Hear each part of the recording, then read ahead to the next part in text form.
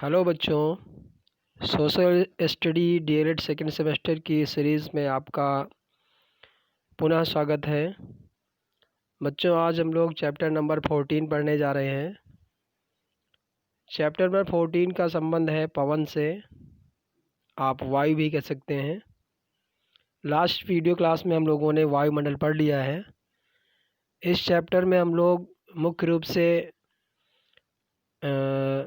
महत्वपूर्ण प्रश्नों की सीरीज़ पढ़ेंगे। तो यहाँ कुछ प्रश्न हैं। क्वेश्चन है, पवन क्या है?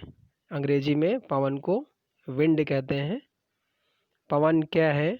तो आंसर होगा, एक स्थान से एक निश्चित दिशा की ओर बहती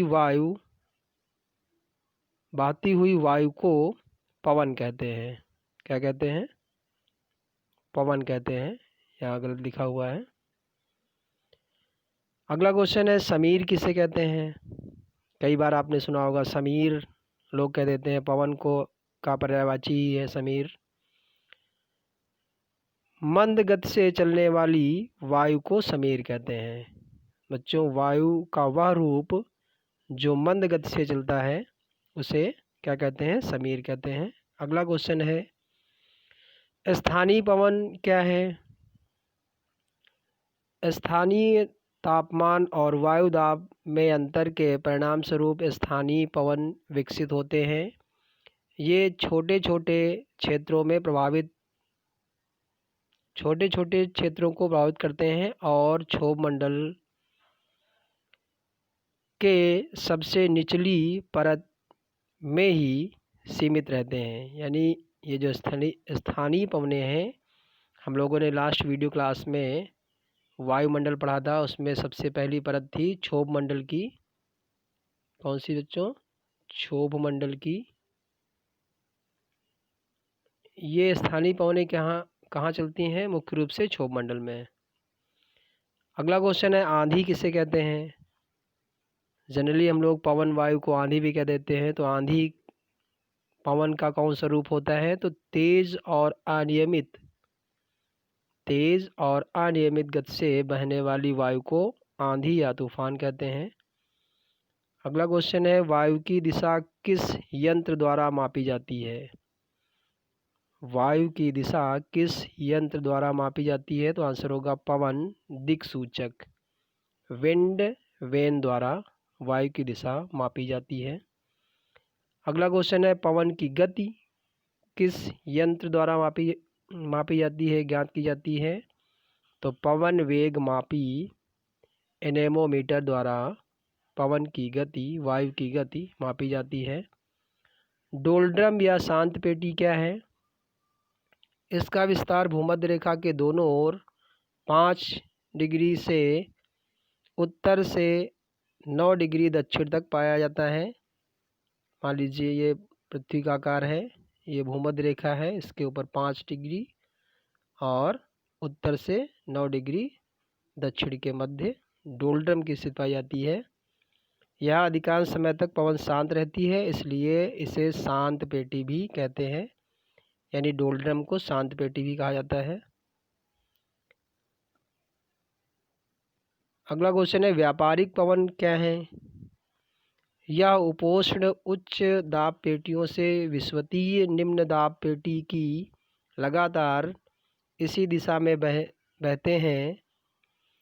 इसे पूर्वी पवन, ईस्टर्ली विंड्स भी कहा जाता है। उत्तरी गोलार्ध में इनकी दिशा उत्तर पूर्व तथा दक्षिणी गोलार्ध में दक्षिण होती है। अगला क्वेश्चन है, पछुआ पवन क्या है? वेस्टर्न लाइंस क्या है? ये उपोष्ण उच्च दाब पेटियों से उपध्रुवीय निम्न दाब पेटियों की ओर चलते हैं। इन्हें प्रतिवाणिज्य पवन भी कहा जाता है। क्या कहते हैं? प्रतिवाणिज्य पवन भी कहा जाता है। गोलार्ध में इसकी दिशा पश्चिम दक्षिण और दक्षिणी गोलार्ध में इसकी दिशा उत्तर पश्चिम होती है। यानी यहाँ लिख लेंगे उत्तरी गोलार्ध। उत्तरी गोलार्ध में इसकी दिशा पश्चिम दक्षिण और दक्षिणी गोलार्ध में उत्तर पश्चिम होती है। अगला क्वेश्चन है, गरजने वाला चालीसा क्या है? रोरिंग फोर्टीज अंग्रेजी में कहते हैं। पश्चिमी पवन, पछुआ पवन एक मार्ग पर नहीं चलते। दक्षिणी गोलार्ध में जहाँ स्थल भाग कम है उनकी चाल तेज हो जाती है। वहाँ के खुले समुद्रों में 40 अक्षांश के आसपास आवाज़ करते हुए आगे बढ़ते हैं और बहादुर पछुआ पवने, ब्रेव वेस्ट विंड्स या गरजने वाला चालीसा कहलाते हैं, रोरिंग फोर्टीज कहलाते हैं। अगला क्वेश्चन है, मानसूनी पवन क्या है? मानसूनी पवन क्या है? मानसून विंड्स क्या हैं? सामयिक पवन समय समय पर अपनी दिशा बदलते रहते हैं। मानसूनी पवन भी इसी प्रकार के पवन हैं। ये सन्मार्गी पवन की पेटी में चला करते हैं। गर्मी के मौसम में समुद्र से स्थल की ओर और सर्दी के मौसम में स्थल से समुद्र की ओर। इन्हें दक्षिण पश्चिम मानसून और उत्तर पूर्वी मानसून कहते हैं। दक्षिण मानसून समुद्र से आने के कारण भारी वर्षा करते हैं और उत्तर पूर्वी मानसून स्थल से आने के कारण शुष्क रहते हैं। अगला क्वेश्चन है, चक्रवात क्या है? अंग्रेजी में साइक्लोन कहते हैं। थोड़े समय तक चलने वाले कुछ पवन ऐसे हैं जिनकी न तो गति निश्चित है और न ही दिशा। उनके क्षेत्र भी अनिश्चित और अनियमित होते हैं। ऐसे अस्थायी और अस्थिर पवनों को परिवर्तनशील पवन या चक्रवात कहते हैं। चक्रवात जो वे पवनें होती हैं जिनके केंद्र में निम्न दाब और बाहरी क्षेत्र में उच्च वायुदाब होता है और बाहरी पवनें यानी उच्च वायुदाब निम्न वायुदाब को भरने की प्रक्रिया में ये पवनें गोल गोल घूमने लगती हैं।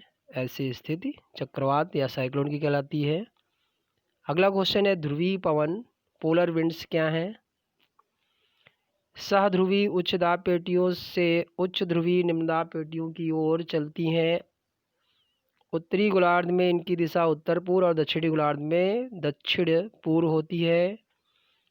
इसे ध्रुवीय पूर्वी पवन पोलर ईस्टर्ली विंड्स भी कहते हैं। अगला क्वेश्चन है, समुद्री समीर सी ब्रोजेस क्या हैं? सी ब्रोजेस क्या हैं? सूर्योदय के बाद जितना जल्द स्थल गर्म होता है उतना ही जल्द उससे सटा समुद्र गर्म नहीं हो पाता। समुद्र धीरे धीरे और देर से गर्म होता है। स्थल के संपर्क में रहने वाली वायु गर्म होकर ऊपर उठ जाती है जिससे वहाँ निम्न दाब का क्षेत्र बन जाता है। इस कारण समुद्र से अपेक्षाकृत ठंडी वायु स्थल की ओर चल पड़ती है। इसे ही समुद्री समीर कहा जाता है। यानी बच्चों, समुद्र ये मान लीजिए स्थल भाग है और ये जल समुद्र का भाग है। तो यानी समुद्र की ओर से चलने वाली पवनें, समुद्र से स्थल की ओर चलने वाली पवनें समुद्री समीर कहलाती हैं। और यह स्थिति तब बनती है जब स्थल भाग में निम्न वायुदाब होता है और समुद्री भाग में उच्च वायुदाब होता है, तब ऐसी स्थिति बनती है। अगला क्वेश्चन है, स्थलीय समीर क्या है? रात्रि के समय जितना जल्द स्थल ठंड होता है उतना जल्द समुद्र ठंडा नहीं हो पाता। समुद्र को ठंडा होने में अधिक समय लगता है, अतः उस समय से वह स्थल की अपेक्षा अधिक गर्म बना रहता है जिससे वहाँ निम्नदाब क्षेत्र बना रहता है। इस कारण स्थल से अपेक्षाकृत ठंडी वायु समुद्र की ओर चलने लगती है। इसे ही स्थलीय समीर कहते हैं।